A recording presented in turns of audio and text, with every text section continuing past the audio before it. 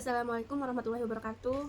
Perkenalkan, nama saya Siti Mauila dari Prodi Manajemen Keuangan Syariah Fakultas Ekonomi dan Bisnis Islam. Di sini saya akan mempresentasikan untuk memenuhi tugas UAS mata kuliah akuntansi syariah.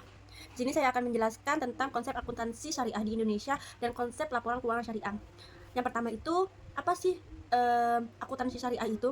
Akuntansi syariah adalah suatu tahapan kegiatan mulai dari mencatat transaksi sampai dengan melaporkan informasi keuangan suatu entitas dengan berpedoman pada Al-Quran yang berprinsip pada prinsip-prinsip syariah Islam yang mencerminkan nilai-nilai etika, moral, dan hukum Islam dalam praktik akuntansi.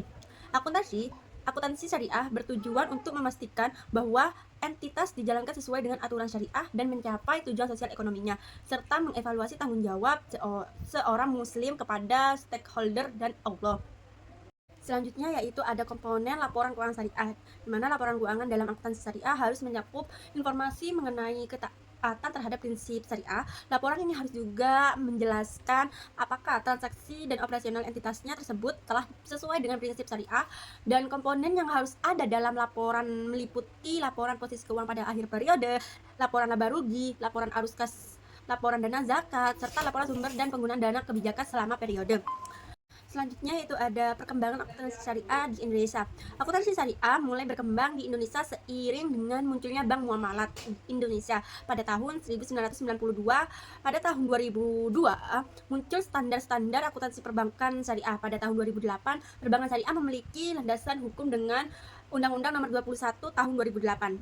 Selanjutnya yaitu ada bangun prinsip akuntansi syariah, di mana penanganan suatu transaksi dalam akuntansi syariah harus diproses sebagaimana prinsip akuntansi syariah yang berlaku.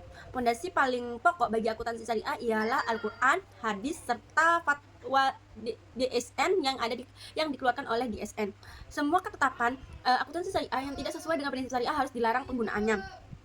Selanjutnya yaitu ada pemakai dan kebutuhan informasi akuntansi syariah, di mana pemakai laporan keuangan syariah meliputi investor, pemilik dana core, pemilik dana investasi syariah temporer, terus pemilik dana titipan, pembayar dan penerima zakat, infak, sedekah, dan wakaf, pengawas syariah, karyawan, pelanggan, pemerintah, dan masyarakat.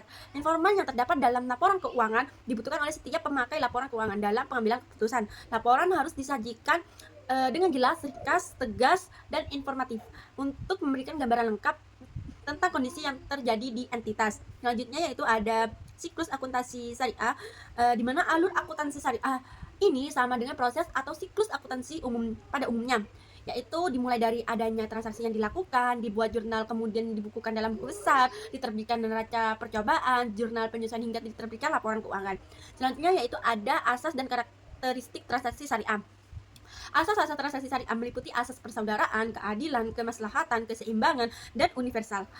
Karakteristik transaksi syariah meliputi menjunjung tinggi nilai kebersamaan, menonjol aspek keadilan, investasi, dan estetika, dan transaksi yang jujur. Selanjutnya yaitu ada akun-akun transaksi syariah, di mana di sini ada 3 kelompok akun-akun transaksi syariah, yaitu yang pertama itu kelompok aset, seperti piutang, aset ijarah, dan investasi. Yang kedua itu ada kelompok liabilitas, di mana kelompok liabilitas ini meliputi akun titipan dan dana sirkah temporer. Yang terakhir itu ada kelompok ekuitas, di mana akun ekuitas ini terdiri seperti giro, tabungan, wadiah, deposito, mudharabah, pembiayaan mudharabah, musyarakah, dan murabahah. Sekian penjelasan dari saya tentang konsep akuntansi syariah di Indonesia dan konsep laporan keuangan syariah. Untuk kurang lebihnya mohon maaf. Wassalamualaikum warahmatullahi wabarakatuh.